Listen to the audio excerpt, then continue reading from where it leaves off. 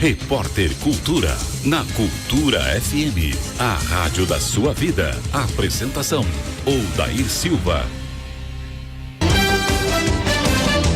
Repórter Cultura aí sempre recheado de muita informação para você, ouvinte. Hoje, inclusive, nós temos também uma entrevista. Nós vamos falar com o Henrique Zimmermann Tomassi, e ele é paleontólogo, e hoje também é dia do paleontólogo. Nós vamos conversar sobre essa profissão interessante que a gente só ouve falar aí na televisão, vê o trabalho dos paleontólogos na televisão, sempre liga muito à questão dos fósseis de dinossauro, enfim, mas vamos compreender, entender o trabalho de um paleontólogo hoje na nossa entrevista, uma entrevista que será online, com certeza. Ele não fala aqui da nossa cidade, não estará ao vivo presencialmente aqui, mas estará ao vivo de forma online na nossa entrevista muito bacana de hoje aqui no Repórter Cultura. 8h mais 1 minuto, 8h01, nós voltamos na apresentação do seu Repórter Cultura, edição deste sábado, dia 15 de junho, e conforme nós já anunciamos no começo da nossa programação, hoje nós teremos uma conversa, uma entrevista muito interessante em função do Dia do Paleontólogo, e nós vamos conversar, já está aqui conosco para essa conversa, diretamente de Brasília, para conversar com a gente no Repórter Cultura dessa manhã, o Henrique Zimmermann Tomassi. Ele que é graduado em Geologia pela Universidade de Brasília, doutorando pela Universidade de Brasília, UNB, onde desenvolve pesquisa sobre fósseis do Permiano da Bacia do Paraná. Foi professor universitário, lecionando Geologia e Paleontologia na Universidade de Brasília, na Universidade Paulista e nas Faculdades Integradas da Terra de Brasília. Já coletou e encaminhou para museus cerca de 4.500 amostras de fósseis até o momento. Vejam só. O Henrique está conosco, portanto, e vai conversar com a gente a respeito desse tema. Tema interessante para a nossa conversa do Repórter Cultura de hoje. Muito bom dia, Henrique. Olá, bom dia, um prazer estar aqui com vocês, falar um pouquinho sobre paleontologia. Esse número está meio desatualizado, a gente já passou de 6.000 o número de fósseis coletados. 6.000? Maravilha, hein? Inclusive vários na região de Santa Catarina. Então, é isso que nós vamos conversar hoje. O que é a atividade do paleontólogo? O que é a paleontologia, Henrique, para a gente contextualizar para o nosso ouvinte? A paleontologia é uma ciência que estuda o mundo natural, e dentro das ciências que estudam o mundo natural nós temos a física, a química e tem o estudo dos seres vivos. E dentro da área do estudo dos seres vivos existem dois campos grandes, né? Existe o estudo dos seres vivos atuais, que é a biologia, e o estudo dos seres vivos do passado, né? Pode ser um passado muito remoto, um passado mais recente, mas os seres que já não existem mais, principalmente espécies que estão extintas, coisas desse tipo. Então, o paleontólogo, que é quem desempenha a profissão de estudar a paleontologia, ele vai atrás de evidências de seres vivos do passado, que são os fósseis. Os fósseis são restos de seres vivos e qualquer tipo de vestígio de atividade biológica antigo, tá? Aí o antigo é muito elástico, né? O quanto que pode ser o antigo? Pode ter bilhões de anos, pode ter algumas centenas de anos. Mas o paleontólogo está sempre atrás desses fósseis e através deles tenta entender como que foi a vida no passado e como que foi a evolução da vida, desde o surgimento da vida até chegar nesse mundo natural que nós temos hoje aí quando olhamos pela janela. Muitas pessoas podem, e eu sei que acontece isso, fazem uma confusão entre arqueologia e paleontologia. Qual é a diferença entre a arqueologia, o arqueólogo e o paleontólogo? Tem uma confusão porque as duas áreas estudam o passado e as duas áreas trabalham com escavações, né, de restos antigos. Então, realmente gera uma certa confusão. O paleontólogo estuda restos de seres vivos no geral. Já o arqueólogo, ele está interessado mais na cultura humana. Então, enquanto o paleontólogo estuda restos de animais, de plantas, de seres dos mais variados tipos, dos mais variados tamanhos, o arqueólogo ele vai atrás apenas de restos humanos e principalmente procurando vestígios culturais, como ponta de lança, cerâmica antiga. Aí em Santa Catarina tem os sambaquis, que são bastante famosos também, né? São construções indígenas antigas. Então, o arqueólogo está mais ligado à história, se a gente parar para pensar um pouquinho, né? A questão da história humana, e o desenvolvimento do ser humano e a expansão do ser humano pelo mundo nos últimos milênios. E o paleontólogo está interessado em coisas que envolvem o mundo natural como um todo, incluindo até o próprio ser humano, mas o foco não é exatamente a espécie humana. Os paleontólogos estudam a evolução do ser humano como espécie, como que ele surgiu na Terra a partir de primatas, né? A evolução explica dessa forma, né? Os fósseis vão mostrando como que primatas se modificam até surgir a nossa espécie. Então isso é paleontologia. Mas a partir do momento que esse ser humano começa a produzir cultura, registros, comunidades, aí já entra o trabalho do arqueólogo. Então tem uma zona de transição entre essas duas áreas. Mas realmente é bem comum as pessoas confundirem as duas.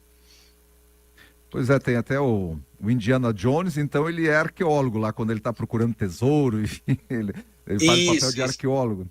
A gente costuma brincar que Indiana Jones é arqueólogo, estuda pirâmides, múmias, esse tipo de coisa. Já o paleontólogo é Jurassic Park, que está lá com os dinossauros. Essa seria a diferença principal.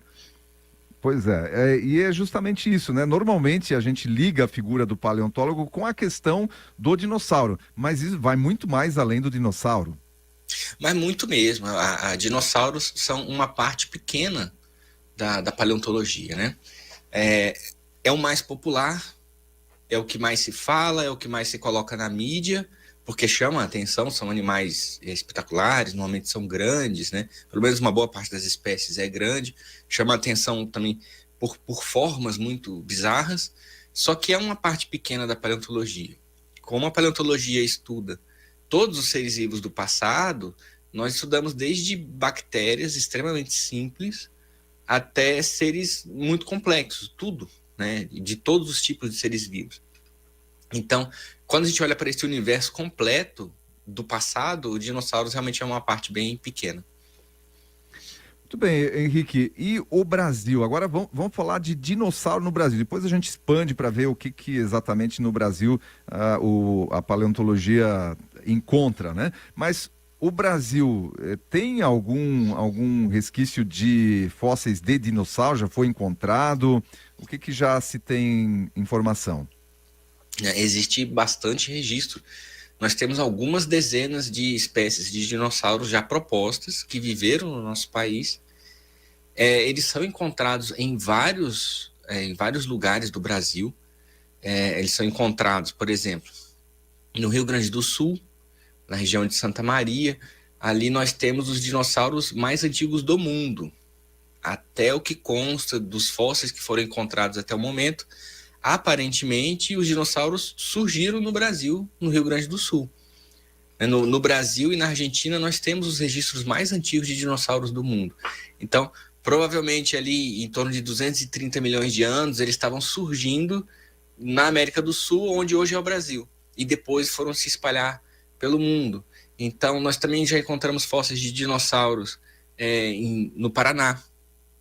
Já encontramos um número bem grande no estado de São Paulo, tem muito também no Triângulo Mineiro, no estado do Mato Grosso, tem no sul de Goiás, nossa, é tanto lugar, tem em Minas Gerais, tem no Ceará, temos um sítio paleontológico muito importante em termos mundiais, que é a Bacia do Araripe, que também tem dinossauros muito importantes. Já foi encontrado também na Bacia do Amazonas, pelo território todo a gente encontra esses registros. Pois só para reforçar essa informação, então, de que os dinossauros teriam, inclusive, podido surgir aqui no Brasil e depois se espalhar pelo mundo, é isso que eu entendi mesmo? É isso mesmo. Porque pelos dados que nós temos até hoje, de todos os fósseis que foram encontrados no mundo, os mais antigos do mundo são os de Santa Maria e Rio Grande do Sul. São os mais basais, são os primeiros que surgiram e depois eles vão se espalhar pelo mundo. Isso é uma coisa que todo brasileiro devia saber e ter orgulho, né? Com certeza, com certeza. É uma informação, por exemplo, que eu não tinha. Estou tendo o prazer aqui de divulgar aqui para o nosso ouvinte, para aquele internauta também que acompanha a nossa programação pelas nossas plataformas digitais, de que o Brasil, até o momento pelos estudos que se tem, os dinossauros podem ter surgido no Brasil e depois daqui se espalhado pelo resto do planeta aí. Henrique, logicamente então que, como você falou, o dinossauro é uma parte pequena, né? E desses 6.000 fósseis que você já encontrou, o que mais você tem encontrado? Fala pra gente sobre a diversidade, então, do que se encontra através da paleontologia aqui no Brasil. O fóssil mais comum que nós encontramos, não só no Brasil, mas no mundo, são fósseis de animais invertebrados, né, que incluiria conchas marinhas e coisas do tipo. Esses são os fósseis mais comuns que a gente vê, pelo menos quando a gente fala de macrofósseis, né, que são esses fósseis que você enxerga a olho nu, esses que são maiores. Esses são os mais comuns. E justamente aí na região de Santa Catarina, tem um conjunto de rochas da chamada Era Paleozoica, né, que vai aí em torno de, vamos arredondar os números, entre 500 milhões de anos e 250 milhões de anos. Numa época em que essa região aí de Santa Catarina, Rio Grande do Sul, Paraná, era mar. Tá? Existia um mar que cobria essa região, um mar muito frio, e no fundo desse mar existiam muitos seres marinhos que se preservaram, né? Então, muitos animais marinhos de vários tipos, corais, conchas de vários tipos também. Esses são os mais comuns dentro dos fósseis maiores. Agora, uma coisa que também pouca gente sabe é que existem muitos fósseis microscópicos, que têm menos de 1 milímetro de tamanho. Esses aí são extremamente abundantes. A questão é que eles são muito pequenininhos e muitas vezes não estão nem visíveis nas rochas, né? Então, os mais abundantes de todos são esses microscópicos. Assim como quando você olha para a natureza, você vê que bactérias e micro-organismos em geral são os mais comuns, só que a gente não está vendo, isso também vale para os fósseis. Os fósseis mais abundantes de todos são os minúsculos. Agora, dos que são visíveis, os de invertebrados são muito comuns. Outros que são bastante comuns também são aqueles que a gente chama no termo técnico de icnofósseis, que são rastros, túneis de animais que escavam o fundo de lago, o fundo de rios ou o fundo do mar. Então, essas marcas, que não são necessariamente o fóssil do corpo do ser vivo, é uma marca que ele deixa no ambiente, elas também são bastante abundantes. Muito bem, e como é que funciona a conservação, né, desses... o que torna possível um fóssil ficar conservado durante tantos anos, milhares de anos, milhões de anos até? Qualquer resto de ser vivo, ou até esses também vestígios de atividade biológica, eles têm uma tendência a ser decompostos, né, a ser destruídos pela própria natureza. Existe um sistema de reciclagem. Quando o ser vivo morre, ele se decompõe e esse material vai ser reaproveitado por outros seres vivos e fica nesse ciclo. O fóssil é quando esse ciclo não se completa. Quando o ser vivo morre, ele, por algum motivo, ele vai ser protegido da decomposição na natureza. Então, normalmente, o que acontece é o ser vivo ser soterrado por lama ou por areia, ou ser embebido por alguma outra substância, como gelo, por exemplo. Existem muitos fósseis, por exemplo, de mamute congelado no gelo. Então, normalmente, alguma substância vai envolver esse resto biológico e evitar que ele se decomponha. E esse material que protege ele pode protegê-lo por bilhões de anos, como é o caso dos fósseis mais antigos que nós temos aí, né? Que estão em torno de 3 bilhões e 800 milhões de anos, alguns podem ter até em torno de 4 bilhões de anos. Então, a natureza tem, nesse processo de reciclagem e decomposição, um processo muito eficiente. Mas quando, em algumas condições específicas, acontece essa proteção também pode ser muito eficiente. E ainda bem que isso existe, né? Porque é a partir daí que a gente consegue olhar para o passado e enxergar esses restos do passado e poder entender como era a vida aí no passado profundo do nosso planeta. Pois é, quando eu vejo aí que no fundo aí da tua sala, da tua imagem, aí aparece um quadro aí do Jurassic Park e que tá ali. E quando a gente lembra do Jurassic Park, fala-se em aproveitar DNA para recriação de animais, enfim, mas isso está lá na questão de Hollywood. Mas eu já ouvi, já li a respeito de doenças, enfim, ou que poderiam ser recriadas a partir de fósseis e a partir de pesquisas, assim, nesse sentido. Você tem ouvido falar alguma coisa a respeito? Isso é mito? Como é que você vê isso tudo? Eu já vi alguns casos, por exemplo, que encontraram vírus em gelo com 20, 25 mil anos de idade. Então as pessoas ficam com medo. Nossa, você está tirando o vírus tão antigo do gelo, esse troço pode ser uma doença nova, vai gerar outra pandemia, pelo amor de Deus, enterre esse negócio de novo, né? O pessoal fica brincando assim. De fato, viver no nosso planeta é arriscado, né? Todo dia, quando você acorda, você sabe que você pode passar por algum problema. Então não é bom realmente tomar riscos, mas da maneira como você falou, eu meio que entendi que as pessoas poderiam produzir alguma doença, né, alguma coisa usando fósseis. Eu acho bastante improvável, né? Aliás, seria bem reprovável alguém fazer uma coisa desse tipo. Porém, um caso que eu conheço que é muito interessante e que é semelhante é de encontrarem em fósseis algumas proteínas antigas, com alguns milhares de anos, e aí a medicina usa essa proteína pré-histórica antiga para produzir um antibiótico que ataca as bactérias super resistentes. Nós temos um problema hospitalar, são aquelas bactérias que são resistentes aos antibióticos, né, que desenvolvem essa resistência.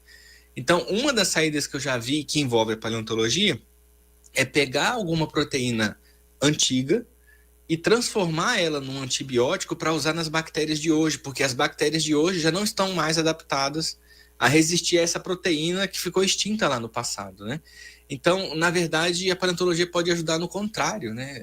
Ela ajuda, inclusive, na criação de medicamentos contra essas doenças mais resistentes. E Guilherme, aliás, Henrique, desculpa, a situação do paleontólogo com relação às descobertas, né? Quando você faz uma descoberta e você já fez aí mais de 6.000, de acordo com a sua informação atualizada, como é que funciona isso? De quem é esse material que vocês descobrem? Isso é um material que pertence ao acervo do Brasil já imediatamente, numa medida que é descoberto? Vocês comercializam isso com museus? Como é que funciona essa dinâmica aí? No Brasil, a nossa lei coloca que os fósseis são bens da União, ou seja, né, eles não pertencem a algum particular e não existe também uma normatização para o seu comércio. Então, até que surja uma normatização dessa, o comércio não é permitido. Então, pessoas não podem possuir fósseis e não podem comercializar fósseis segundo a nossa legislação atual. Existem muitos países no exterior avançados em paleontologia, como Alemanha, Estados Unidos, Canadá, Inglaterra e vários outros aí, que permitem o comércio de fósseis. Não é o nosso caso, tá? Nós não é permitido. Então, no Brasil, quando um paleontólogo encontra o fóssil, automaticamente aquilo ali é um bem da União, é um bem público. Então esse fóssil deve ser destinado para alguma instituição de pesquisa. Vai ser um museu ou vai ser uma universidade. Então a remuneração do paleontólogo que está fazendo essas escavações, que é o caso do meu trabalho, né, eu me dedico praticamente só às escavações, é uma remuneração focada no serviço. Você é pago pelo serviço de escavar e não pelo fóssil em si que está sendo entregue. E como eu trabalho muito com escavações, eu sempre procuro um museu que tenha condições de receber os fósseis que eu estou encontrando, que esteja próximo da área onde eu estou coletando esses fósseis, né? Então, no ano passado, por exemplo, a nossa equipe trabalhou muito em coleta de fósseis na região de Mafra, aí em Santa Catarina. Então, todos os fósseis que foram coletados na região foram enviados para a Universidade do Contestado, lá em Mafra. Lá tem o Sempalho, né, que é um museu e um laboratório grande de paleontologia. Inclusive, eu convido todo mundo, eu não sou do Sempalho, mas eu vou fazer o convite. Eu convido todo mundo que tiver perto de Mafra ou que passe por Mafra vá conhecer o museu lá na Universidade do Contestado, porque é lindíssimo. Tem dinossauros, tem pterossauros, tem um monte de seres antigos, muito interessantes, muitos fósseis bonitos, uma exposição muito bonita. Então o trabalho é assim, é encontrar os fósseis e entregar eles nos museus, para que nos museus eles fiquem conservados e possam ser estudados aí ao longo das gerações. Mas e esse trabalho, a prestação de serviços que você e sua equipe fazem, são remunerados por alguma universidade, diretamente pelo governo federal? Quem é que banca esse trabalho? Existem duas formas básicas de se trabalhar como paleontólogo no Brasil.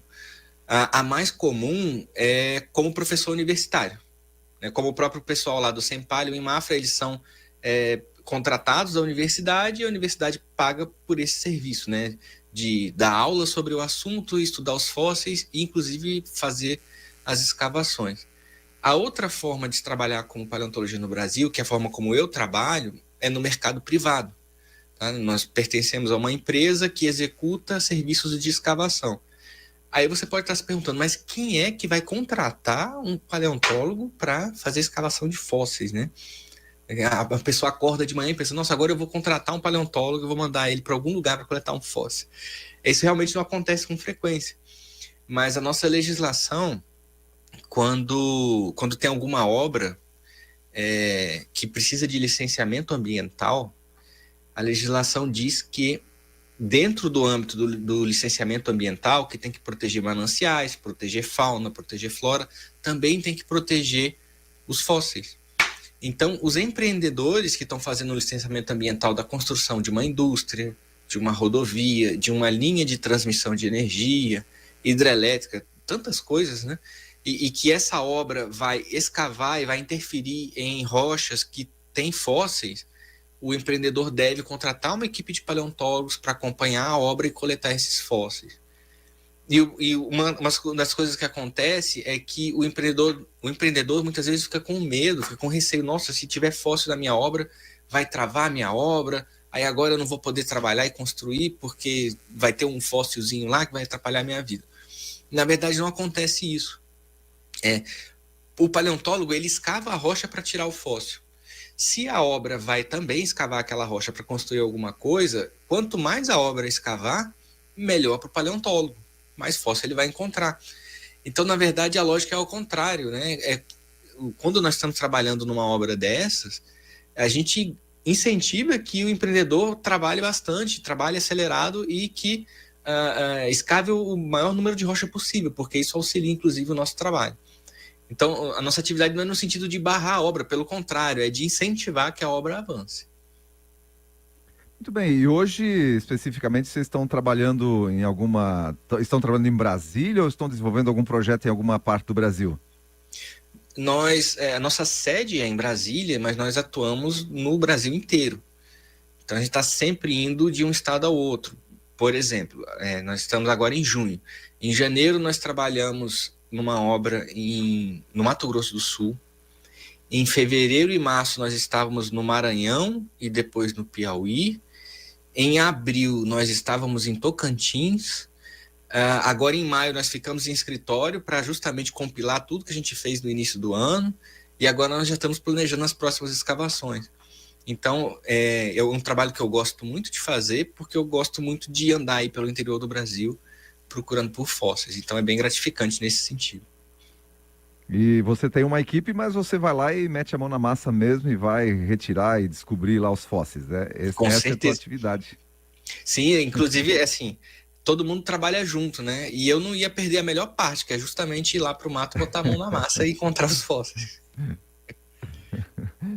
Muito bem, Henrique. Olha, eu quero agradecer muito aí a sua participação nessa manhã de sábado aqui na nossa programação do Repórter Cultura, falando e homenageando essa profissão no Dia do Paleontólogo e vendo que ela é uma atividade que está ativa no nosso país que nós descobrimos hoje através da sua participação aqui, muito provavelmente tenha sido a origem dos dinossauros e a partir daqui eles se espalharam pelo mundo, por exemplo, que é uma das partes da paleontologia.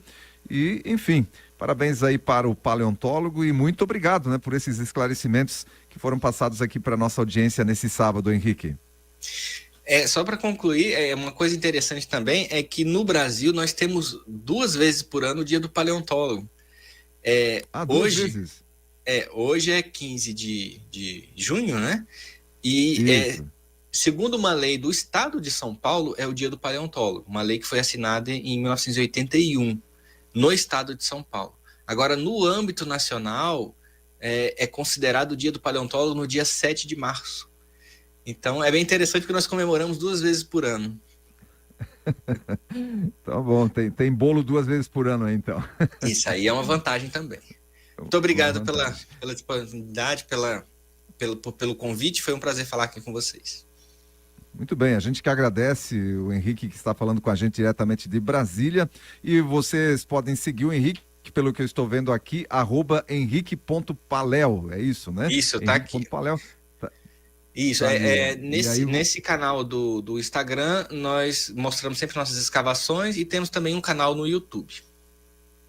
E o canal no YouTube, como é que chama? O nome do canal é Nasor, Nasor, Nasor Paleontologia e Geologia. Mas se você colocar henrique.paleo, também vai aparecer lá. Muito bem, então está feito o convite aí para nossa audiência também para acompanhar o trabalho do Henrique, trabalho muito interessante. Henrique, um abraço para você, excelente final de semana e muito obrigado aí pela entrevista. Muito obrigado, até a próxima. Até a próxima. Olha, são 8h mais 26 minutos, a gente vai para um intervalo e volta na sequência aí com mais informação para você. Valeu. Cultura FM. 8h mais 28 minutos, voltamos depois dessa conversa, essa entrevista tão interessante. Dia do paleontólogo, dia da paleontologia no dia de hoje, atividade que funciona no Brasil. E essa notícia, essa informação de que os dinossauros podem ter surgido aqui no Brasil, inclusive. Nota de falecimento, assistência familiar Bayer comunica.